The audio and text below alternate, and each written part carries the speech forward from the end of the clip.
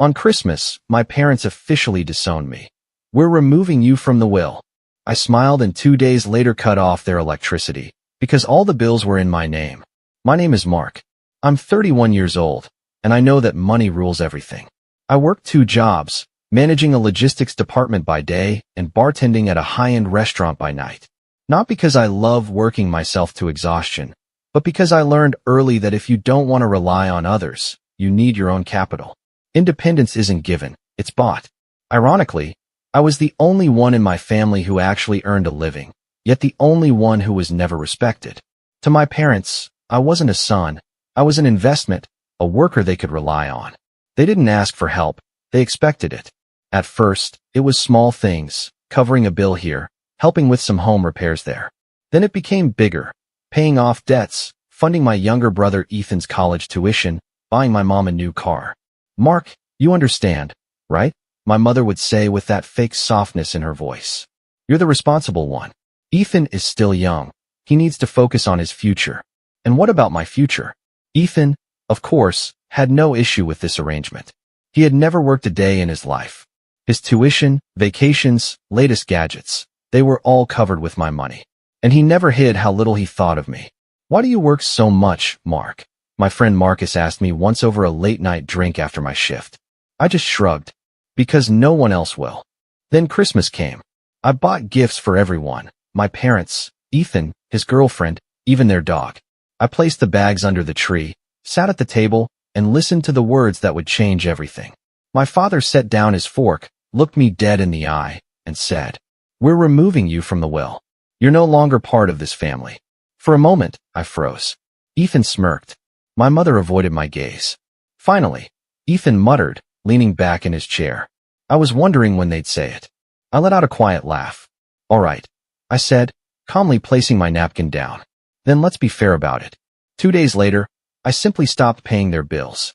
And when the house went dark, the water stopped running, and the heat shut off in the middle of a snowstorm, they suddenly remembered I existed. And they started begging for my help. Sitting in my warm apartment, I scrolled through my phone, watching their panic unfold in real time. Missed calls, dozens of messages, each one more desperate than the last. "Mom, Mark, something's wrong with the electricity. The whole house is dark. Call me." "Dad, did you forget to pay the bill? Fix it now." "Ethan, you think this is funny, jerk? The Wi-Fi is down too." I was in the middle of a game. I smirked, tossing my phone onto the coffee table. They still didn't get it. This wasn't a mistake. It wasn't an accident. I was done. Months earlier, how we got here. "You're lucky you have us," my mother always told me, stirring her tea like she was bestowing wisdom upon a clueless child. "A lot of people don't have family to rely on. But we're here for you, Mark. That's what family is, support." Support? Let's talk about support. For the past 10 years, I had been their personal safety net. Every late bill, every emergency expense, every ridiculous demand, I was their answer to everything. When Ethan failed a class and had to pay for extra courses, guess who covered it? When my dad's car broke down and he didn't want to touch his savings, who pulled out their wallet? When my mom wanted to remodel the kitchen because it looked outdated, who took care of it? I never asked for a dime in return. I never asked for thanks, either. But you know what? Maybe I should have. Because the one time I hesitated, the one time I didn't immediately cave, they turned on me like wolves. It was a few months ago.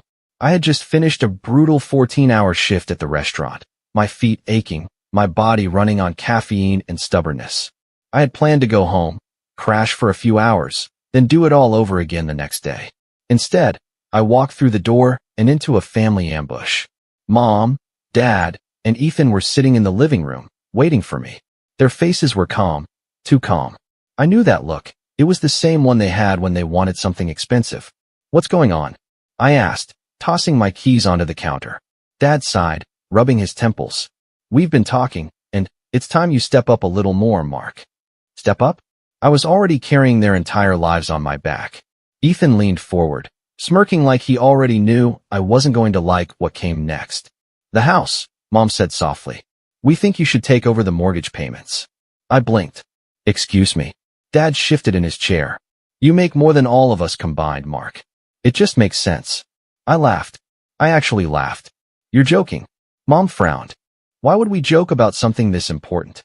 Oh, I don't know, I said, shaking my head.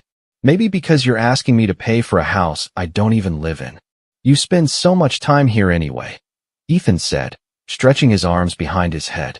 Might as well make it official. That's when I realized this wasn't a request. They had already decided. In their minds, I wasn't a son or a brother. I was a walking bank account. And when a bank refuses a loan, what do people do? They get angry. Mark, Mom said, her voice dripping with fake patience. It's just money. You always say you work hard to support the people you love. Yeah, I said coldly. People who deserve it. Dad slammed his hand on the table. Don't be selfish. Selfish? I had spent the last decade breaking my back for them, and they dared to call me selfish? You're unbelievable, Ethan muttered. You have no problem buying yourself a new car, but you won't help your own family? I clenched my fists. The car is on a loan. You know, something normal adults pay for themselves. You're the only one here who can afford it, Mom said sharply. And if you really loved us, you wouldn't even be arguing right now. Ah, there it was. The guilt trip. That was their final trick. And the sad part? It used to work. But not anymore. I exhaled slowly, picking up my keys. No. Mom blinked. What? No. I repeated, turning toward the door. I'm not paying for the house. I'm not paying for Ethan's life. And I'm definitely not going to sit here and be insulted for not doing enough when I've already done more than anyone else ever would. Ethan scoffed. Yeah? And what are you going to do about it? Just walk away. I smiled. Just watch me. Back to the present, reality hits hard. 2 days after I cut the utilities, the real panic began. Mom called me 12 times in one day. Dad left a voicemail, his voice laced with poorly hidden anger. This isn't funny, Mark. You made your point. Now turn everything back on. Ethan, of course, sent the most entitled message of them all. Ethan, you're such a child. You think we can't survive without you? We'll be fine. Enjoy your pathetic life. I rolled my eyes. Oh, I was enjoying it. Especially when, less than 24 hours later, another message came through. Mom, Mark, we're so sorry about Christmas. Please, can we talk? Dad, your mother isn't feeling well. The cold is too much for her. Can't you just be reasonable? Ethan, dude, the pipes are freezing. Come on, man. This is serious. I smirked. Oh, now it was serious? They had spent years treating me like a second-class family member. They had cut me out of the will, laughed in my face, and told me I wasn't part of their world anymore. And yet, here they were, crawling back. I leaned back in my chair, sipping my coffee, before finally typing a response. Me. I thought I wasn't part of the family anymore. 3 dots appeared. Someone was typing. Then they stopped. Then started again. I chuckled, tossing my phone aside. Let them freeze. For the first time in my life, I had silence. No calls demanding money. No last-minute emergencies that somehow always became my problem. No guilt trips disguised as family dinners. Just peace. I woke up, stretched, and made myself breakfast without rushing out the door to put out someone else's fire. The world felt different. Lighter. Then, the knocking started. Loud. Desperate. I sighed, already knowing who it was. When I opened the door, there they stood. Mom wrapped in layers of coats, her lips blue from the cold. Dad, his face tight with frustration. And Ethan, shivering, his entitled smirk finally gone. For the first time in years, he actually looked nervous. I crossed my arms. To what do I owe the pleasure? Mark. Mom started, her voice shaking, not from emotion, but from the lack of heating. This has gone on long enough. You've made your point. I raised an eyebrow. Have I? Dad took a deep breath, like he was preparing for a battle he didn't want to fight. Come on, son. Your mother isn't feeling well. The house is like icebox. I leaned against the doorframe, pretending to think. Huh, that's rough. Ethan snapped. This isn't funny, Mark. His voice cracked from frustration, or maybe from spending the last 3 nights freezing his ass off. You're acting like crazy. Who turns off their own family's power? I laughed. Oh, so now I'm part of the family again? Mom's face twisted. Mark. No, really, I said, tilting my head. Because last time we spoke, you were kicking me out of the will. Said I wasn't one of you anymore. Dad exhaled sharply, rubbing his forehead. Mark, let's be reasonable here. Reasonable. They always pulled that word out when they wanted something. I stepped aside, gesturing toward the warm apartment behind me. You must be freezing. Come in. They hesitated for only a second before practically running inside. Ethan's hands shook as he grabbed a mug from my kitchen counter. He didn't even care what was inside. He just wanted something hot. Mom unwrapped her scarves, sighing with relief as the heat from my apartment thawed her out. Dad leaned against the wall, rubbing his hands together. They were pathetic. All that arrogance, all that superiority, all those years of treating me like an ATM, and now? They were reduced to beggars. I sat down on the couch, watching them. So, what's the plan? Mom blinked. Plan? I shrugged. You came all this way. Surely, you have a plan. Ethan glared. Just turn power back on, Mark. I smiled. There it was. No apology. No acknowledgement of what they had done. Just another demand. Nah, I said, stretching my legs. Ethan slammed his mug down. You're such a selfish person. Watch it. My voice dropped into dangerous territory. He shut up fast. Dad cleared his throat. Mark, we're family. I let out a slow breath. Right. Family. The word tasted bitter in my mouth. Let's talk about family, I said, sitting up. Where was that family spirit when you decided I wasn't worth being in your will? Mom's lips pressed together. Where was it? I continued. When you called me selfish for not paying for a house I don't even live in. Ethan groaned, rubbing his face. Jesus, Mark, are you going to cry about that forever? My jaw clenched. This wasn't regret. This wasn't guilt. This was annoyance. They weren't sorry for what they had done. They were just mad that it backfired. Mom sat up straighter, folding her hands in her lap. Mark, let's make a deal. I almost laughed. A deal? I gestured for her to continue. Go on. You turn the utilities back on, she said carefully, and in return, we forget about this little tantrum. I stared at her. Then I laughed. Hard. Dad frowned. What's so funny? I wiped a tear from my eye. You really think I'm the one having a tantrum? Ethan scoffed. You're acting like lunatic over a will, Mark. I exhaled slowly. They still didn't get it. All right, I said, standing up. You want to make a deal? Fine. They perked up. I'll turn the utilities back on, I said, walking to the door. For $10,000 up front. Silence. Ethan's mouth dropped open. What? Mom looked horrified. Mark, we don't have that kind of money. Dad's face turned red. Are you out of your mind? I grinned. No. Just finally playing by your rules. Because to them, everything had always been a transaction. They used me. They demanded things. They acted like I owed them everything. No? I was the one setting the price. Consider it rent, I said. Since I basically funded that house for the past decade. Mom turned to Dad, voice dropping to a whisper. We can't afford that. Dad clenched his jaw. He's bluffing. I opened the front door. Then you'd better start looking for candles. Ethan shot up. You're seriously kicking us out into the cold? I smirked. No, I'm letting you leave. There's a difference. They hesitated, waiting, hoping I would break. But I didn't. I just stood there, arms crossed, watching as the reality sank in. I was done. Finally, Dad stood up. He didn't look at me as he walked past. Just muttered, let's go. Mom hesitated. Her eyes searched mine, looking for something the old Mark, the one who would cave. She didn't find him. With a heavy sigh, she pulled her coat tighter around her and followed Dad out. Ethan was the last to leave. He paused at the door, his jaw tight. You're really doing this? He asked. I looked him dead in the eye. I already did. He scoffed. You're gonna regret this. I grinned. I doubt it. And with that, I shut the door. Hard.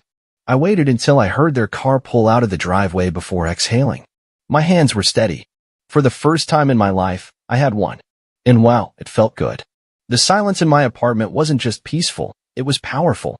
For the first time in years, I wasn't bracing for a call about an urgent expense. My money was mine. My time was mine. And my family? They were on their own. The first week without me.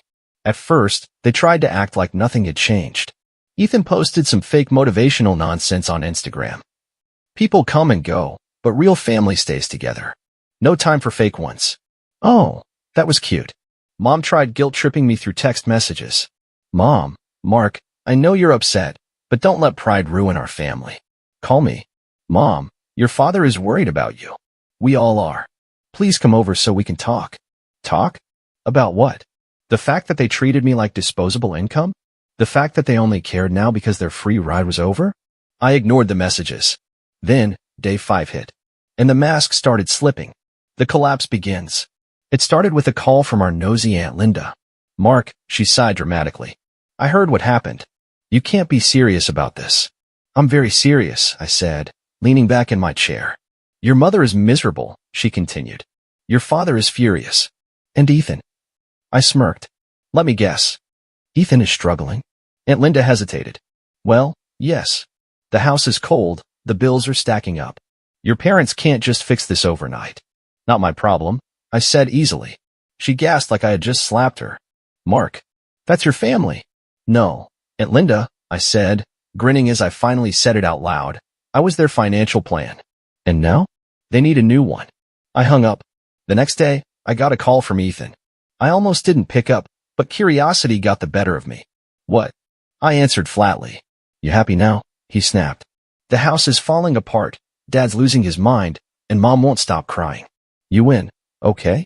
Just come back and fix this. I snorted. Fix it? With what? Ethan? My money. You don't even need it, he yelled. You make more than all of us. It's not like you're struggling. I let out a slow breath. So, let me get this straight.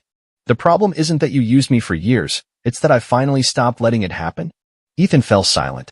Then, in a lower voice, he muttered, You're really doing this? I already did, I said, smiling. And I'm never going back. Click. I blocked his number. The moment it all sank in. 1 week after cutting them off, I got a final text from my mother. Mom, Mark. I don't know what to say anymore. We never thought you would do something like this to us. But I hope you can live with yourself, knowing you abandoned your family in their time of need. I stared at the message for a long time. Then I typed out the last thing I would ever say to her. Me, I didn't abandon you. You abandoned me the moment you decided I was only worth keeping if I paid for everything. Now, you get to live with that choice. Take care. I had sinned. And for the first time in my life, I felt free. The life they never wanted me to have. I started living for myself. I upgraded my apartment. I booked a vacation, my first one in years. I actually enjoyed my money instead of watching it disappear into someone else's pockets. And guess what? The world didn't end. They survived without me. Turns out, when people actually have to figure out their own problems, they do. I heard through a mutual friend that Ethan had finally started looking for a job. Mom and Dad downsized to a smaller house. Their lives adjusted, just like I always knew they could. They just didn't want to. Not as long as I was there to make it easy. The last attempt at manipulation. Months passed. I didn't hear from them. I didn't miss them. Then, one day, I got an email. Subject, from Dad. I rolled my eyes but opened it. Mark. I don't know if you care, but your mother's birthday is coming up. She would love to see you. Maybe we can put all this behind us. I chuckled. Put this behind us? That was rich. I typed out a reply. Dad. I appreciate the invitation. But the last time I saw you, I wasn't part of the family anymore. And honestly, I like it that way. Tell Mom I said happy birthday. Send. And just like that, I closed the last door they had left open. I wasn't their ATM. I wasn't their backup plan. I wasn't their family. And I never would be again. Months passed. No more desperate calls. No more guilt-tripping messages. No more fake invitations to talk. They had finally accepted it. I was gone. And I had never been happier. For the first time in my life, I was living for myself, not as their backup plan, not as their ATM, not as their safety net. Just me. And then, out of nowhere, my father showed up at my door. The last visit. It was a quiet evening. I had just finished dinner, sitting in my apartment with a glass of whiskey, enjoying the peace, when bam, bam, bam. I sighed, already knowing who it was before I even opened the door. And sure enough, there he was. My father. Standing in my hallway like a man who had run out of options. His face looked older, the arrogance washed away by stress. He had lost weight. His coat looked a little worn. He wasn't here to threaten me. He was here because he needed something. I leaned against the doorframe. What do you want? He exhaled, rubbing his temple. Mark. Just hear me out. I tilted my head. You're standing at my door. I think that means I win, don't you? He clenched his jaw but didn't argue. Instead, he sighed and said, Your mother wants to see you. I let out a short, bitter laugh. Oh, now she does? Mark. No, really, I said, crossing my arms. She spent years treating me like an afterthought. Like I was only worth something if I was paying for something. And now you think I should drop everything because she suddenly remembers I exist. She's sick. My stomach tightened. Not because I felt sympathy, because I knew what he was doing. I kept my face blank. Sick how? Dad hesitated. Just, not well. She's been depressed. Stressed. She misses you. There it was. The last card they had to play. The pity card. I gave him a slow, amused smile. Let me get this straight. You cut me out of the will. Told me I wasn't part of the family. Laughed in my face when I finally stood up for myself. And now that you're struggling, I'm supposed to feel bad. She's still your mother, he snapped. And I was still your son, I shot back. Didn't seem to mean much back then. He looked away, exhaling through his nose. He knew I was right. I leaned in slightly. Why are you really here, Dad? What is it that you're too proud to say? Silence. Then, finally, the house is gone. I blinked. Excuse me. We lost it, he muttered, his voice low. After you cut us off, things got bad. The bills kept stacking up. We thought we could manage, but, he shook his head. We couldn't. They lost everything. The house I had spent years paying for? Gone. The lifestyle they refused to give up? Gone. Ethan's freeloading? Over. It should have made me feel something. It didn't. I stared at him, expression blank. Sounds like a problem you should have thought about before screwing me over. His nostrils flared. Jesus, Mark. You're seriously going to hold this grudge forever? I tilted my head. It's not a grudge. It's a lesson. His hands curled into fists. I can't believe you turn your back on us like this. I let out a sharp laugh. Oh, that's rich. You turned your backs on me first. He glared at me, but I could see it now, the defeat in his eyes. He had come here expecting me to break, to feel guilty, to give in. But I wasn't that person anymore. I met his gaze, calm and steady. Go home, Dad. Or wherever home is now. His face twisted with anger. But there was something else there too, acceptance. He knew he had lost. Finally, after years of control, manipulation, and entitlement, I was free. Without another word, he turned and walked down the hallway. I didn't watch him go. I didn't call out after him. I just shut the door and locked it. For good. The final closure. I never saw them again. Not in person. A few months later, I got a single text from Ethan. Ethan, guess you finally got what you wanted. Hope you're happy. I didn't reply. I just smiled. Because for the first time in my life, I really was. The lesson? If someone only loves you when you're useful to them, it's not love. It's just convenience. And the second you stop being convenient, they show you who they really are. And when they do, let them go. And never look back.